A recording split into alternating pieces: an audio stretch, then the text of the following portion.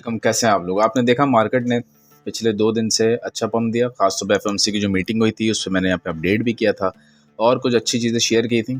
और ये आपको पंप से पहले ही मैंने शेयर किया था कि कुछ बड़ी न्यूज़ है और वो न्यूज़ ये थी कि ट्रम्प ने जो ट्रेड डील साइन करी।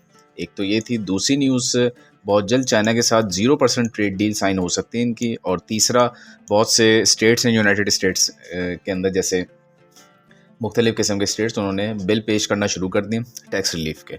और कुछ स्टेट्स ने तो क्रिप्टो को ज़ीरो टैक्स कर दिया। और तकरीबन अब इंतज़ार हो रहा है कि कब ट्रम्प एडमिनिस्ट्रेशन फेडरल लेवल पे इंट्रोड्यूस करती है ज़ीरो टैक्स। जैसे ही ये बिल इंट्रोड्यूस होता है, साथ चाइना की डील होती है, ये सारे कंबाइनिंग फैक्टर्स होंगे जो कि आपको बुल रन की तरफ लेके जाएंगे। और आपको ये जो गेन नज़र आए, ये गेन कुछ भी नहीं है। ऐसे गेन तो आपको हर एक घंटे में नज़र आएंगे जो पिछले 2 दिन में नज़र आ रहे हैं। तो इससे बड़े बड़े गेन्स आएंगे।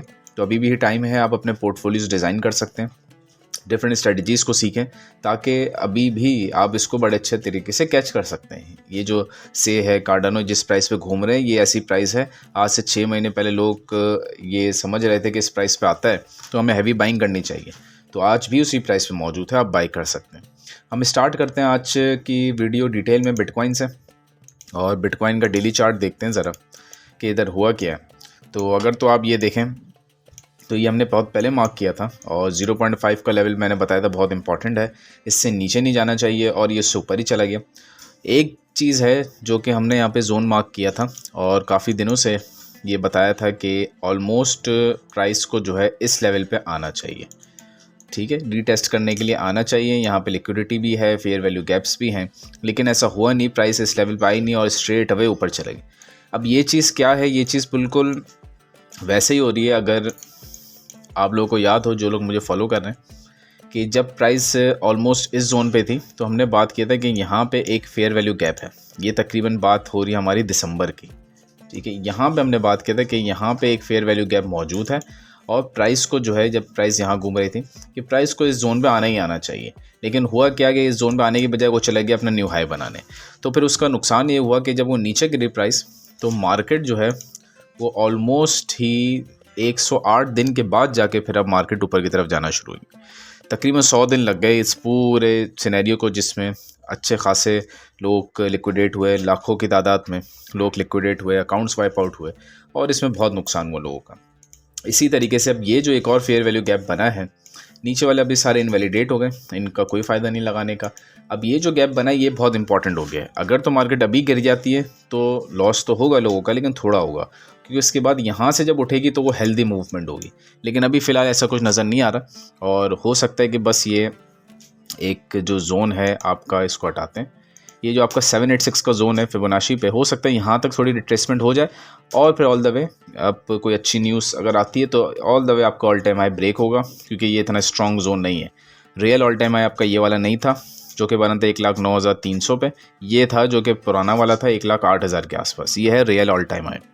तो ये स्ट्रेट अवे ब्रेक होगा और मैंने आपको बताया था कि क्या टारगेट्स हैं, और मैं अभी भी एक्सपेक्ट कर रहा हूँ कि हमारा जो पीक होना चाहिए वो ऑलमोस्ट इस जोन के अंदर हमारा एक पीक होना चाहिए बिटकॉइन का, ठीक है, जिसमें हम आने वाली वीडियोस में डिटेल में बात भी करेंगे। लेकिन अभी जो है यहाँ से अगर गिरा, यहाँ से अगर स्ट्रेट अवे हमने ऑल टाइम हाई ब्रेक किया तो नेक्स्ट टारगेट आपका ये जोन है। तो ये आप एक अच्छी मूव को कैच कर सकते हैं, ऑलमोस्ट 10 से 12,000 डॉलर की मूव आप पकड़ सकते हैं, ठीक है।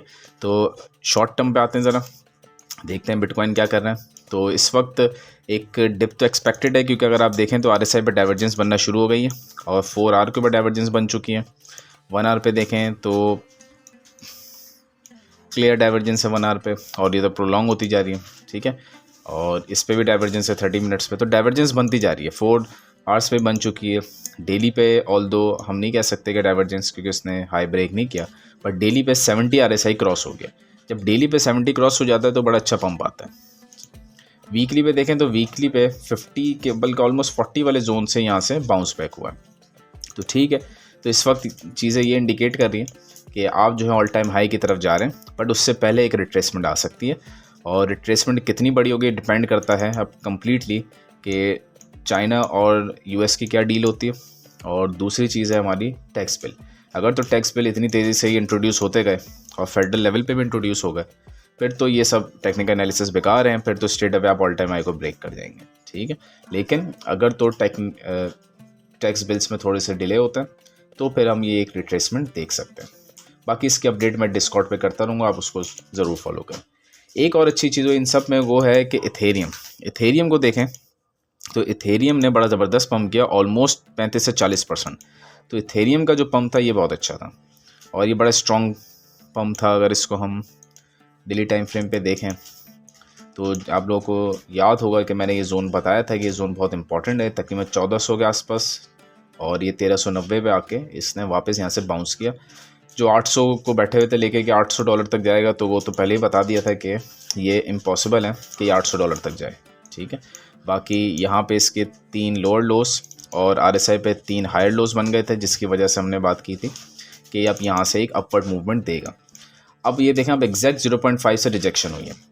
इस चीज़ को समझेंगे डेली टाइम फ्रेम पे।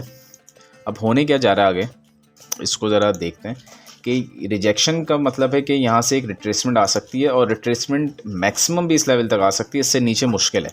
लेकिन इसके बाद जब आप ये इस लेवल को ब्रेक करेंगे, रिटेस्ट करेंगे, तो स्ट्रेट अवे फिर आपका जो नेक्स्ट जोन है, ये 6.18 भी इतना इंपॉर्टेंट नहीं है, इस जोन तक पहुँच जाएंगे, अब आराम से 3200 वाले जोन तक पहुँचेंगे, ठीक है। फिर उसके बाद आपकी जो जर्नी है वो इसके ऑल टाइम हाई को ब्रेक भी करेंगे और आगे की तरफ भी जाएंगे। तो इस चीज़ को आप नोट करें। और इथेरियम का इतनी तेज़ी से शूट करना, ये एक ही चीज़ इंडिकेट करता है कि अब पैसा जो है बिटकॉइन से आहिस्ता आहिस्ता निकल के इथेरियम की तरफ शिफ्ट हो रहा है। क्योंकि अगर हम इथेरियम डोमिनेंस को चेक करें, हम यहाँ पे चलते हैं, ज़रा इथेरियम डोमिनेंस को देखते हैं। इथेरियम डोमिनेंस देखें तो ये भी बड़ी तेज़ी से बढ़ी है और ऑलमोस्ट ही अगर हम पिछले 2 दिन में देखें तो 7.4 से 8.8 तक ये, बल्कि 9 के लेवल तक ये जा चुके थे। तो बहुत ही तेज़ी से इथेरियम डोमिनेंस बढ़ी है। ये चीज़ बता रही है कि पैसा बिटकॉइन से निकल रहा है और इथेरियम में आ रहा है। और इथेरियम में पैसा आने का मतलब है कि आपको इथेरियम जब पंप होगा तो एल्ट्स भी पंप करेंगे और फिर इथेरियम से निकल के वो आएगा एल्ट्स में। और इथेरियम और एल्ट्स में फ़र्क है, यानी कि इथेरियम में 5, 6 या 30% का पम्प अलग होता है, लेकिन एल्ट्स में ये 100% के पम्प आपको नजर आएंगे। और एल्ट्स तो बहुत से हैं जो कि अभी पम्प कर भी है ना, काफ़ी पम्प किया उन्होंने। अगर आप देखें लो कैप में से मोबी को देखें तो ये तो 35% आज पम्प कर चुका था, अभी थोड़ी रिट्रेसमेंट आ रही है। अगर हम देखें ऑन्डो को देखें, इसने काफ़ी पम्प किया है और ये ऑलमोस्ट इसने अपना ऑल टाइम हाई ब्रेक कर, बल्कि इस पर सारा डाटा अवेलेबल नहीं है, ये ऑन्डो का ऑल टाइम हाई नहीं है। हाँ, ये ऑल टाइम हाई नहीं है, इसमें ज़्यादा डाटा नहीं है बाइनेंस पे। अगर आप दूसरा देखेंगे तो उस पर थोड़ा डाटा आपको मिल जाएगा। खैर, तो ऑन्डो ने भी आज अच्छी परफॉर्मेंस दी।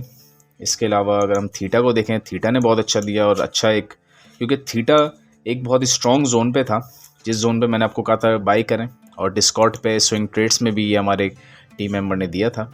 और थीटा तो अभी बहुत ज़बरदस्त परफॉर्म कर रहे हैं, क्योंकि इसके 4 कंसेक्यूटिव लोअर लोस हो गए थे और कंटिन्यूस आ रहे से हायर लोस बनाता जा रहा था। तो अब थीटा ने तो कहाँ तक जाना है, तो इस चीज़ को समझते हैं। आप स्ट्रेट अवे यहाँ पे आए और EMA 200 अप्लाई करें डेली टाइम फ्रेम में। अब एक चीज़ समझ लें कि जितने भी कॉइन्स पंप कर रहे हैं, ये सब के सब जो है बिटकॉइन को फॉलो कर रहे हैं। आप जब बिटकॉइन का चार्ट देखेंगे 4 आवर्स में, तो बल्कि बिटकॉइन को छोड़ के हम चलते हैं जो लीडिंग फैक्टर है उसी को देखते हैं, ज़रा कार्डानो को। जो लीडिंग फैक्टर है उसी को देखें तो ज़्यादा अच्छा समझ आ जाएगा। कार्डानो को देखें, ये EMA 200 को ब्रेक कर चुका है और उसके बाद इसका ये जो एक बहुत ही इंपॉर्टेंट रिजेक्शन जोन था, वहाँ से रिजेक्शन भी हो रही है इसकी। और इसी के साथ EMA 200 की जगह SMA 200 लगाएं, ठीक है, बल्कि हम डेली टाइम फ्रेम पे SMA 200 लगाएं, तो अभी आपको नज़र आ रहा है कि क्लियर रिजेक्शन नज़र आ रही है, ठीक है। EMA 200 पे देखें, ये निकल चुका है और SMA 200 पे जो है ये रिजेक्शन इसकी नज़र आ रही है। तो आप SMA 200 को लगाएं और जाएं अलग अलग कॉइन्स पे। थीटा पे आ जाएं तो थीटा पे देखें, ये जोन बनता है ऑलमोस्ट 1.5 1.4 का। तो इसका मतलब है कि थीटा यहाँ से अभी इसने जो पंप करना है, अभी मज़ीद तकरीबन 65% पंप करना है थीटा कॉइन ने, तो अभी भी बहुत अच्छा है बाइंग के लिए।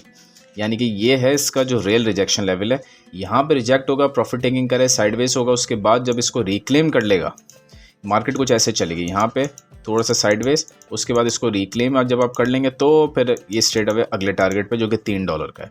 इसी तरीके से कैस्पा को देखें, सेम जगह पे रिजेक्ट हो रहा है।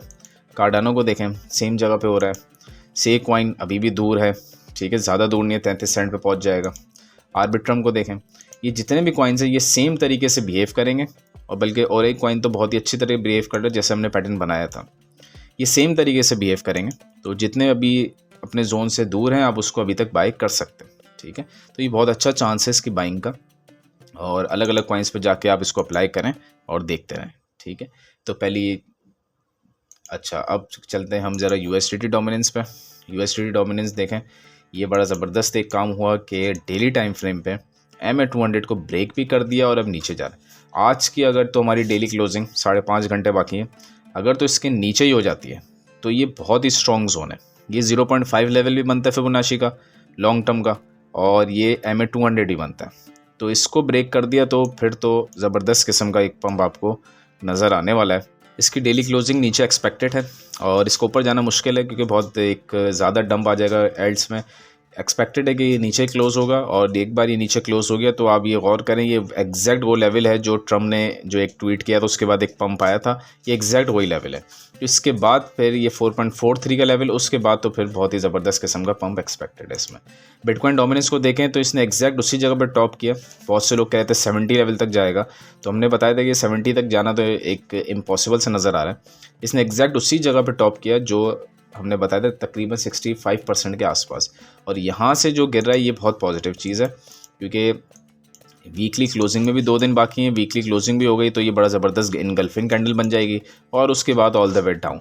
तो ये सारे चीज़ें हैं जो कि पॉजिटिव नज़र आ रही हैं, और यही सारी चीज़ें मैंने आपको बताई थी FOMC की मीटिंग से पहले भी कि चीज़ें तो पॉजिटिव हैं। मैंने यहाँ पे अपडेट भी किया था कि सारी चीज़ें ऐसी हैं जो कि बुलिश हैं और सारी चीज़ें ठीक हैं, बट उसके बावजूद भी रेट कट नहीं करेंगे, और रेट कट उन्होंने नहीं किया। लेकिन खैर ट्रम्प ने जो डिफरेंट डील्स हुई और डिफरेंट जो न्यूज़ आई उसका भी पॉजिटिव इम्पैक्ट था। लेकिन रियल चीज़ तो यह है कि इधर इंस्टीट्यूशंस ने बाइंग की, रिटेलर्स सेल करके बैठे हुए थे, इंस्टीट्यूशंस ने बाई किया और पूरी मार्केट आपकी उठ गई। लिक्विडेशंस को जब आप देखेंगे तो लिक्विडेशन से आपको ये चीज़ थोड़ी क्लियर होगी। ये 3 मंथ का चार्ट लगाते हैं लिक्विडेशंस का। अब देखें कि लिक्विडेशंस जो कि पहले नीचे नहीं थी अब नीचे लिक्विडेशंस लगना शुरू हो गए, लेकिन इसका मतलब ये नहीं कि ये नीचे डंप कर जाएगा। इसके चांसेस बहुत रेयर हैं कि वो नीचे दोबारा डंप कर जाए। हाँ, थोड़ी बहुत रिट्रेसमेंट के चांसेस हैं, और वो रिट्रेसमेंट अभी बहुत जल्द हो सकती है, ठीक है। अगर हम 2 वीक का चार्ट देखें, जितनी भी लिक्विडिटी ऊपर पड़ी थी वो सारी आहिस्ते से स्वीप हो गई, और लिक्विडिटी अब थोड़ी नीचे की तरफ आपको दिखती जा रही है। इतना नीचे अगर गिर जाता है बिटकॉइन तो फिर वो एक बड़ा ख़तरनाक डंप हो जाएगा। ऑल्दो मैंने आपको बताया कि यहाँ पे जो लिक्विडेशंस अवेलेबल है 93 के आसपास, मैंने आपको बताया कि बिटकॉइन को जो है 89 से 90 के जोन तक आना था, जिसको टच किए बगैर ही बिटकॉइन की प्राइस ऊपर चली गई। तो अभी भी अगर इस जोन पे आता है तो ये कोई डंप नहीं कहलाएगा, जब तक कि MA200 के ऊपर है ये डंप नहीं कहलाएगा। और ऑल्दो अभी एक इम्पॉर्टेंट चीज़ है कि जब से MA200 के ऊपर गए रिट्रेसमेंट नहीं हुई है, तो रिट्रेसमेंट के चांसेस तो हैं। तो रिट्रेसमेंट के लिए अगर नीचे आ जाता है तो फिर ये एक बहुत बड़ा पैनिक आ जाएगा मार्केट के अंदर, और वहाँ से फिर एक पंप आ सकता है। तो ये एक चीज़ है जो कि आप गौर करें, क्योंकि ये एक ऐसी चीज़ है जो अगर हो जाती है तो फिर उससे मार्केट पे बुरा इम्पैक्ट पड़ेगा।